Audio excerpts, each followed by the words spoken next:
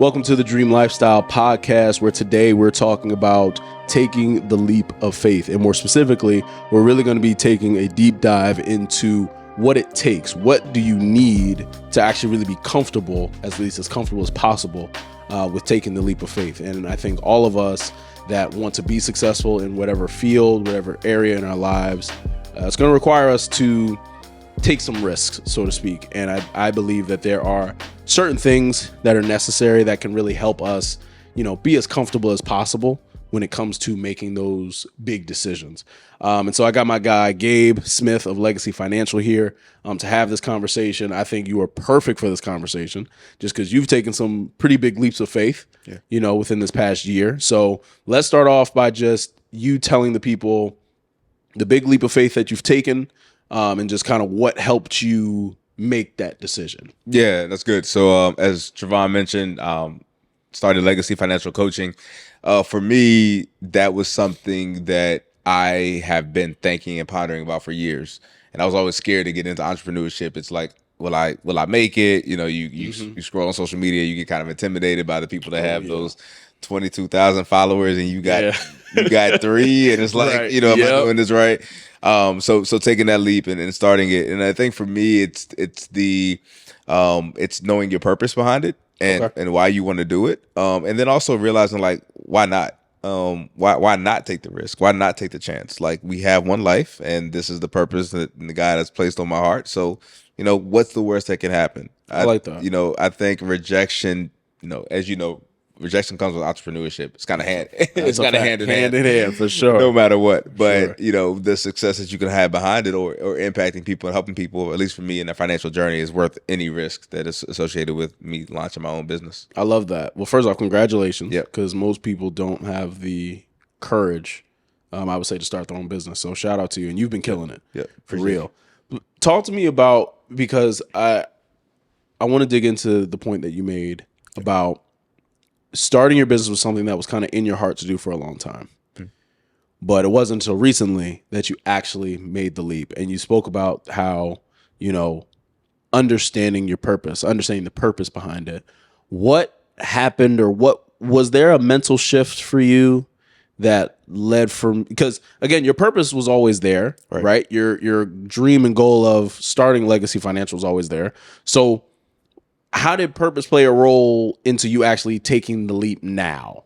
Right. Good. You know what I'm saying? I would say two things. One, and I'm, a plug, but going to the Dreamer Symposium was big for me. It kind of helped me align my purpose with strategic goal setting and how I could get there. But then more importantly, really, is having the support system. So my wife continued to push me to start Legacy, and we started it together. And so I think anybody thinking about starting a whether it's entrepreneurship or whatever your goal is, having the support system is important. That's good. And so when my wife and I sat down, I'm like, I want to start this, but what if it fails? What if, I don't get a client? What if, and the list goes on. She reminded me that it's not about whether you get 5, 10, 15, or 20,000 clients. It's about, are you fulfilling your purpose?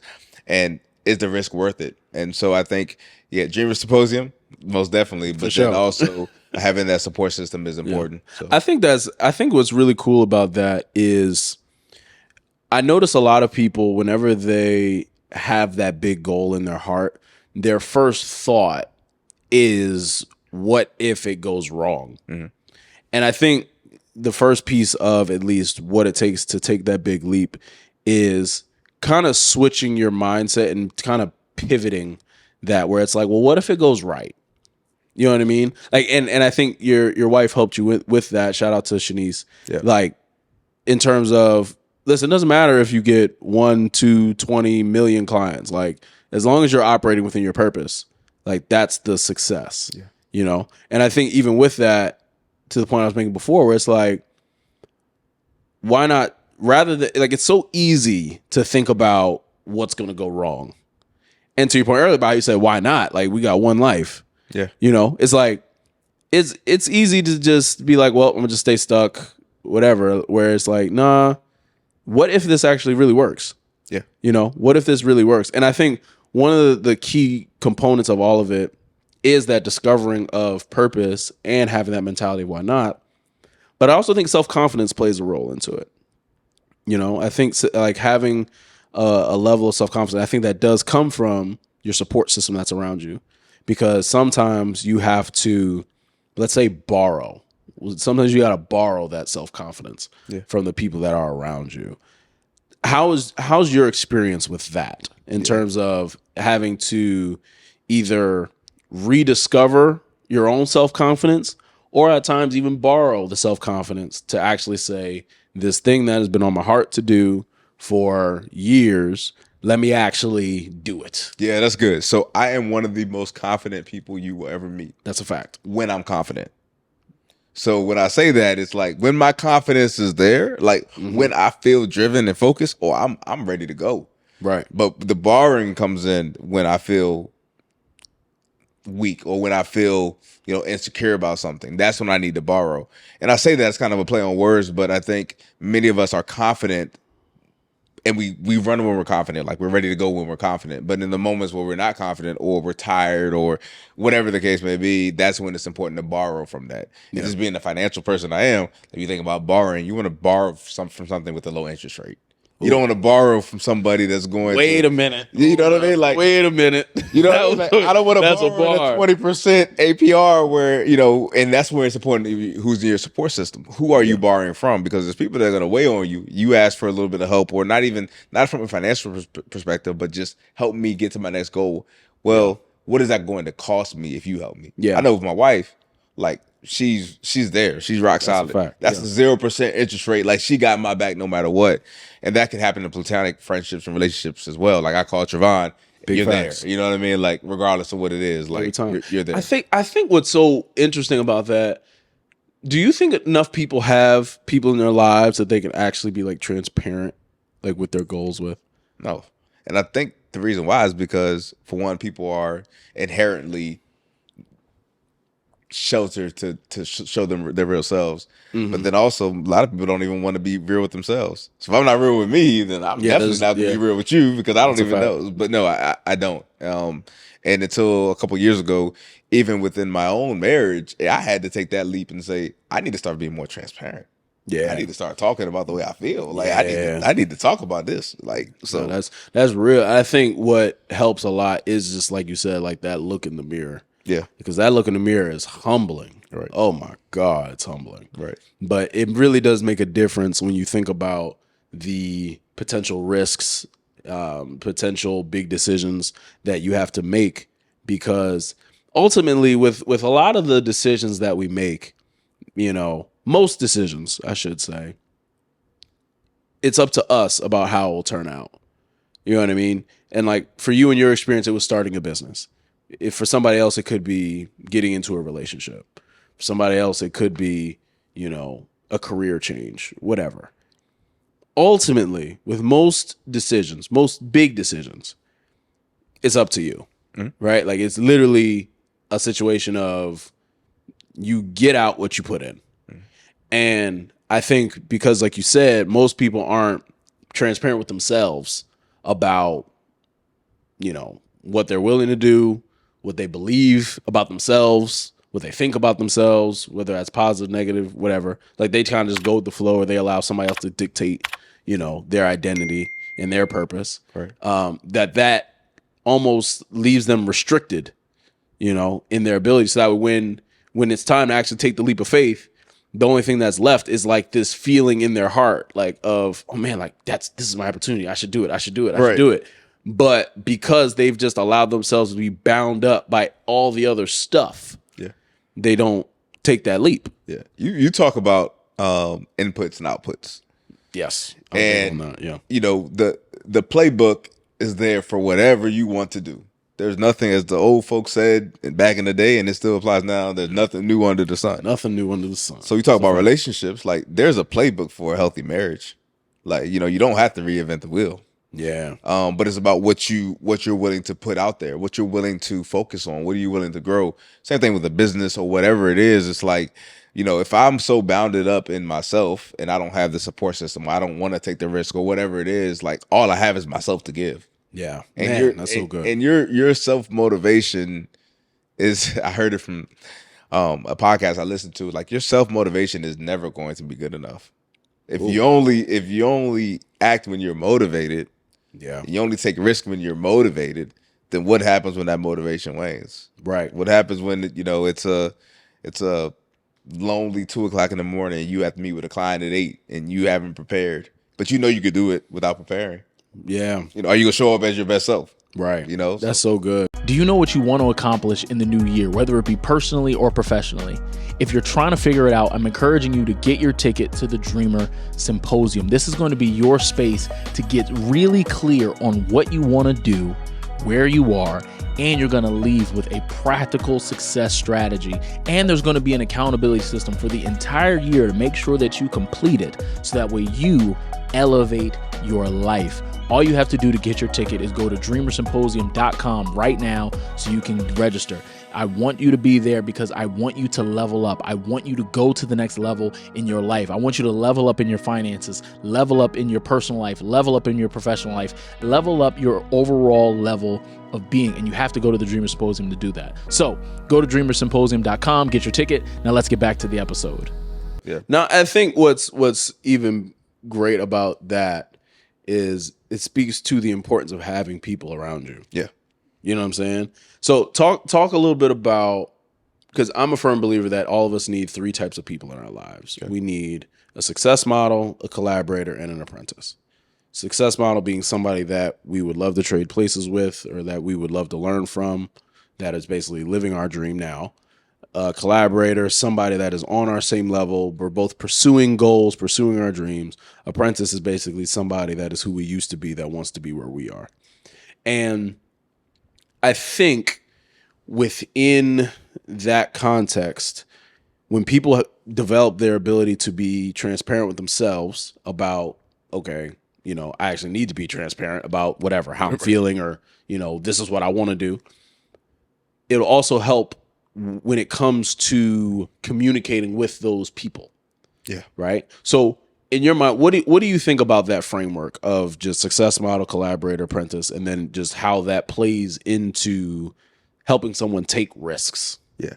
I love it. I'll break down each one in the way I kind of think about it. So a success model, it gives me something to shoot for.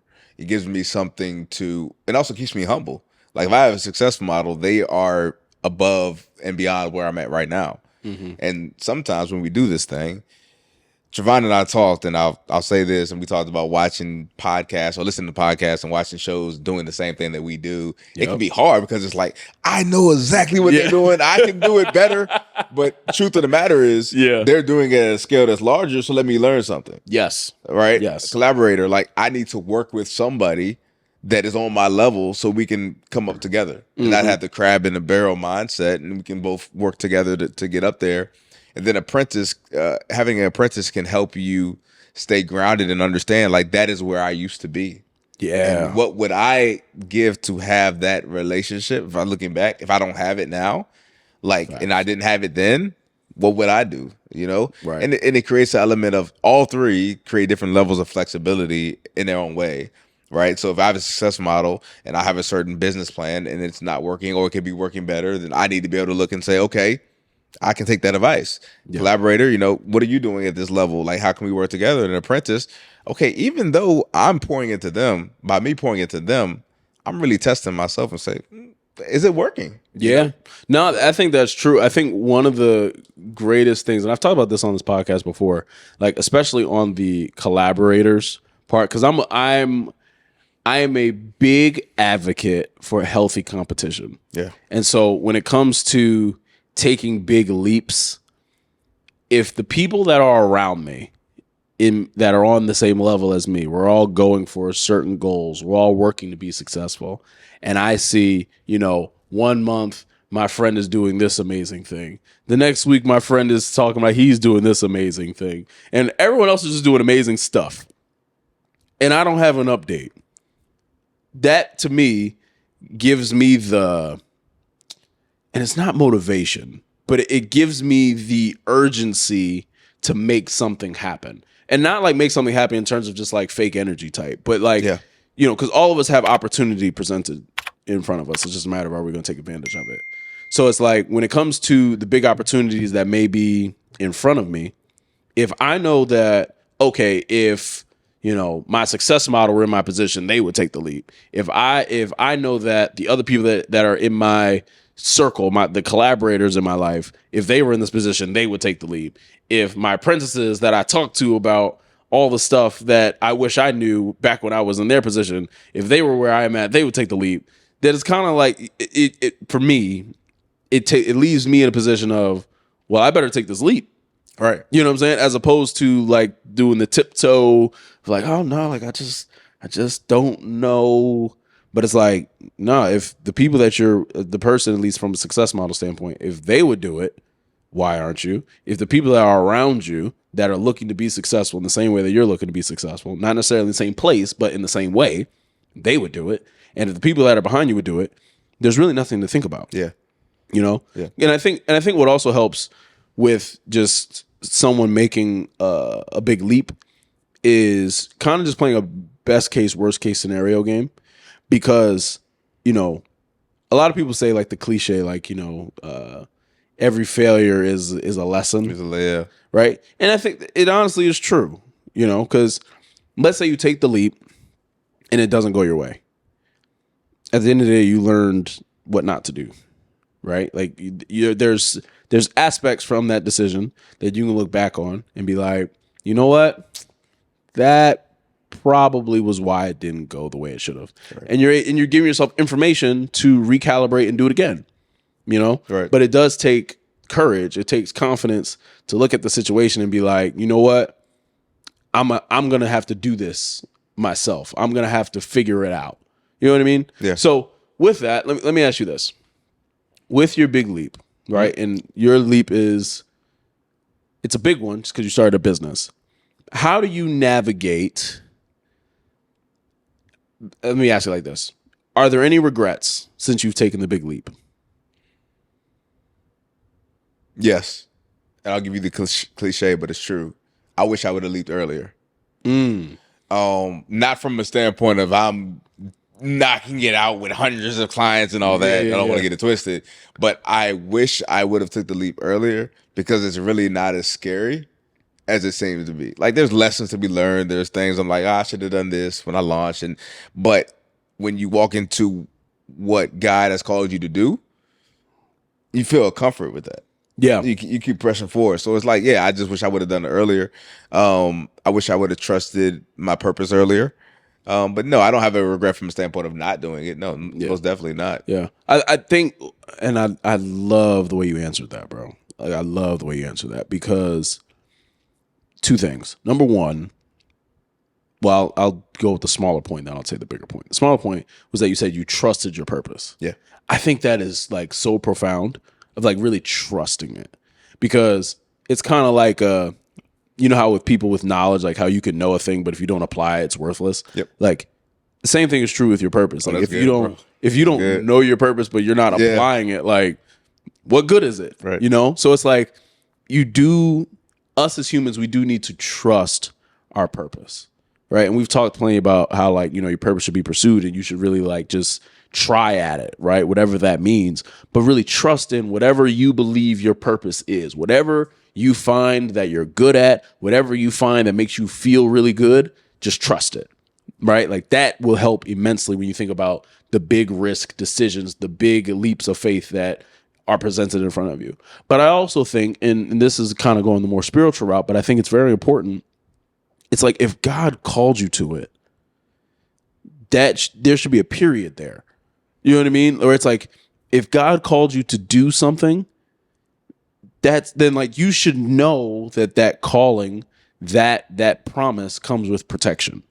Like you should know that God would not call you to this thing only to let you fail. Like that's not even in the nature of God, And I think if more people lean on those two pillars, right? And I think even if, and those are honestly even good ways to, we'll say, filter out the leaps of faith, the right ones and the wrong ones. Right. Because if you can't say with confidence, yes, this is a leap of faith, but God told me to do it, If you can't say that, then you probably should say no. Right.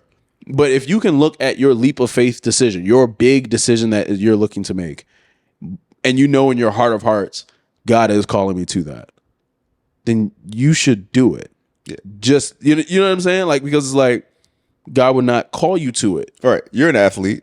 I know we're former athletes, but we're still athletes.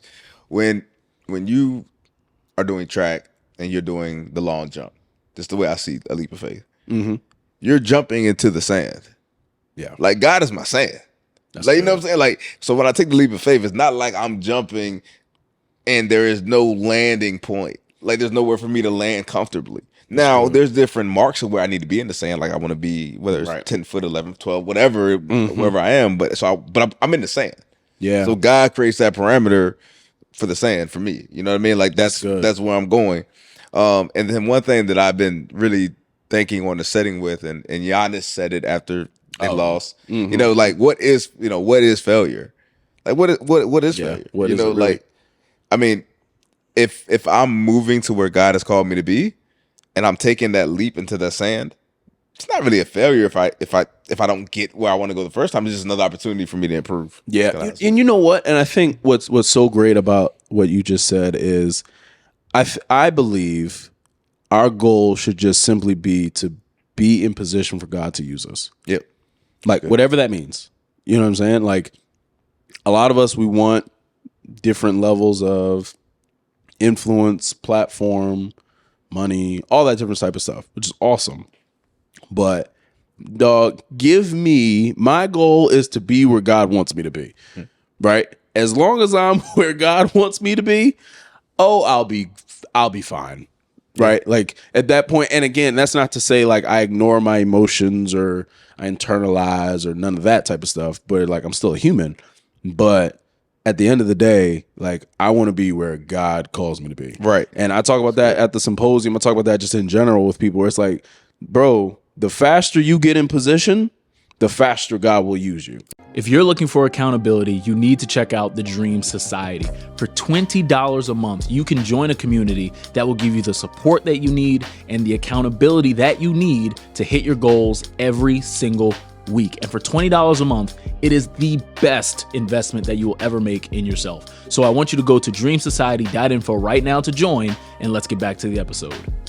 And more than likely, your best place is nothing compared to God's best place for you. You know what I mean? And again, I think it just all boils down to, again, just like when somebody's dealing with a big risk decision or a leap of faith, so to speak, it's like you just have to be able to answer those questions of, okay, where is this big decision coming from?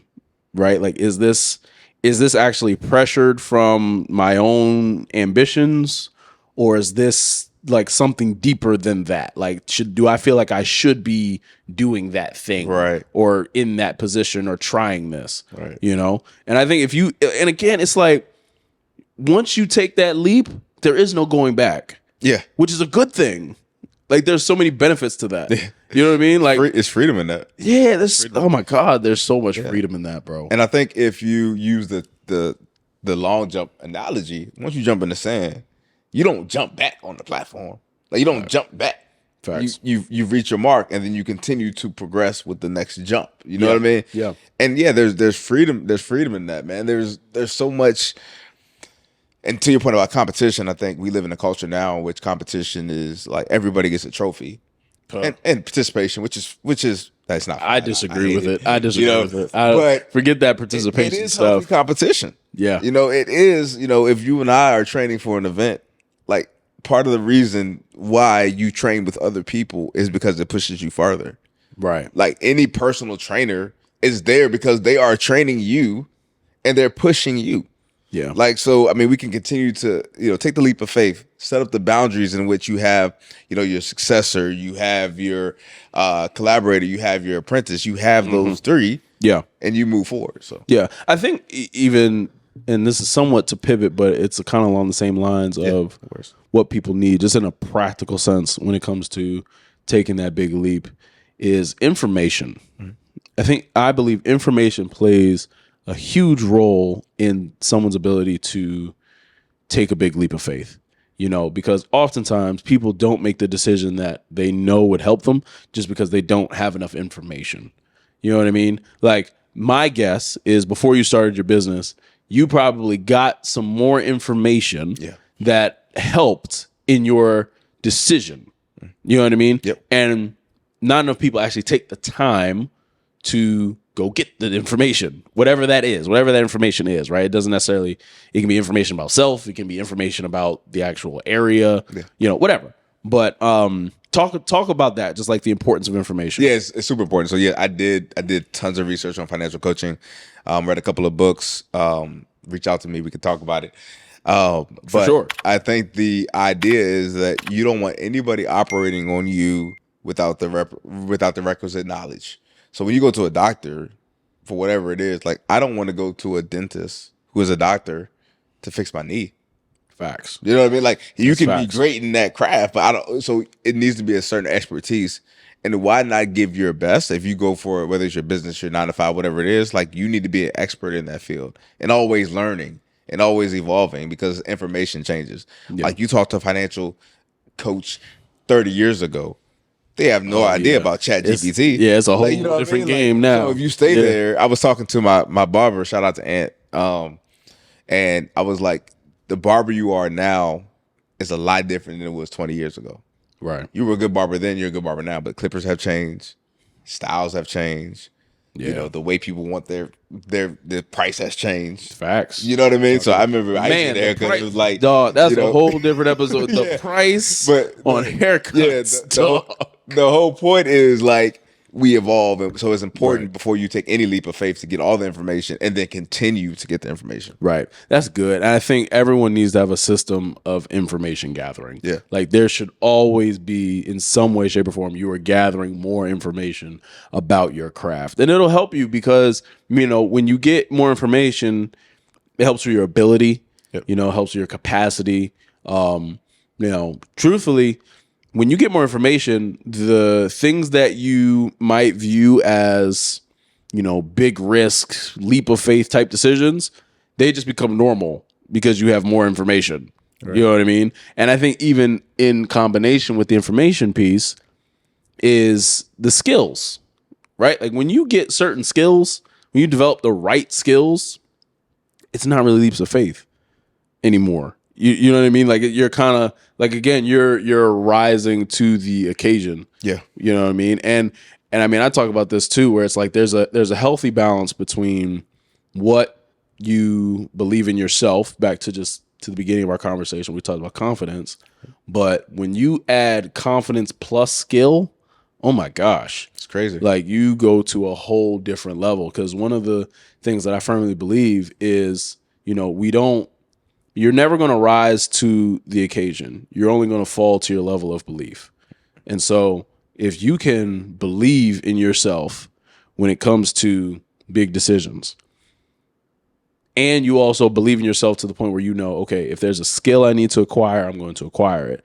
If there's information I need to get, I'm going to do the research. And if you stay in that lane, to your point about just being a continuous learner, right? Always being a student, you basically, again, you become unstoppable. Yeah. Like, literally. Right. And I see it with my kids. I have a daughter, Hanaya. We have a daughter, Hanaya, and a son, Gabriel. Hanaya plays the viola. Gabriel plays baseball. Mm-hmm. I've seen them both rise in their level and their expertise. Yeah. And when they first started, both of them were terrified of what that would look like. I won't be good at the viola.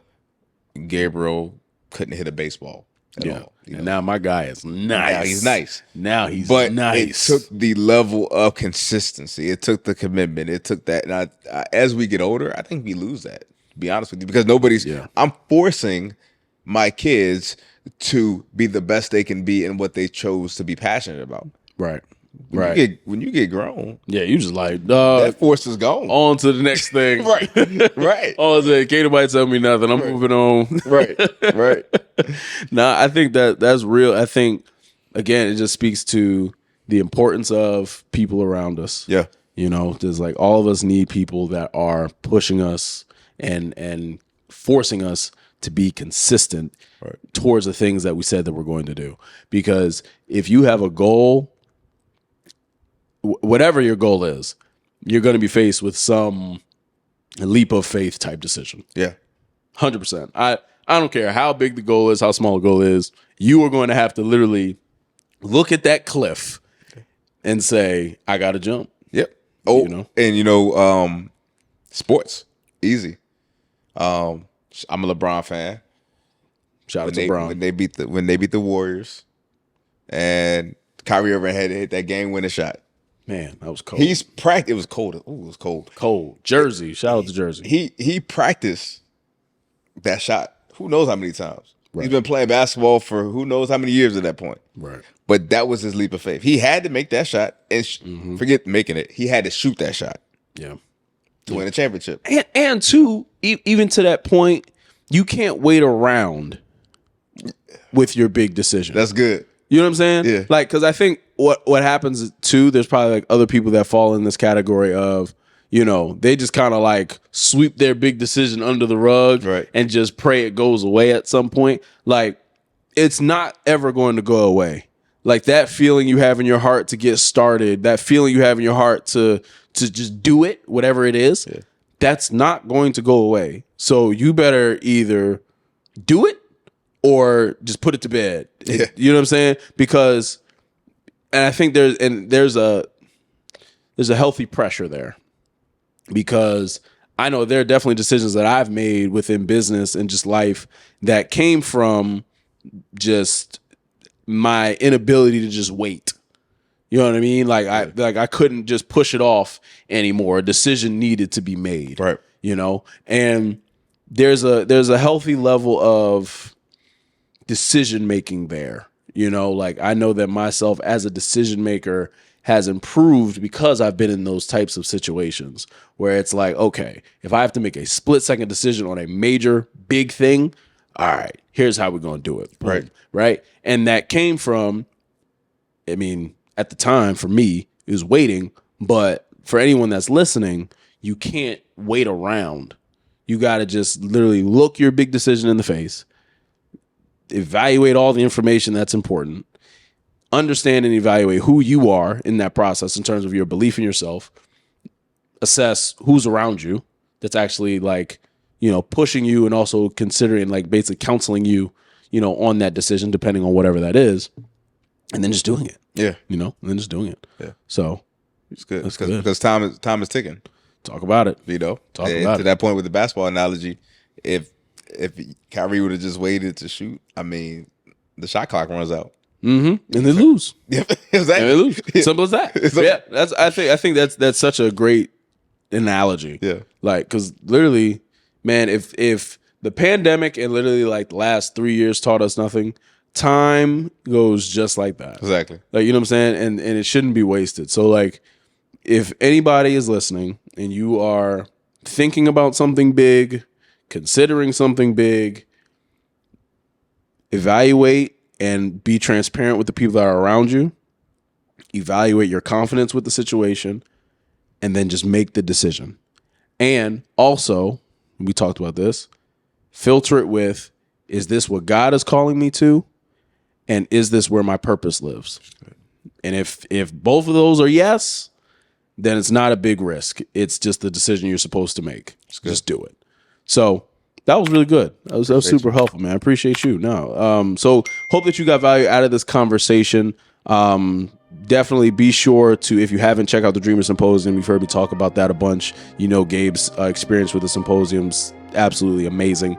I'm super thankful. So he's actually going to be in the building. He's actually going to be sharing some very practical tips that will help us finance our dream in the new year. So definitely you want to be in the building for that.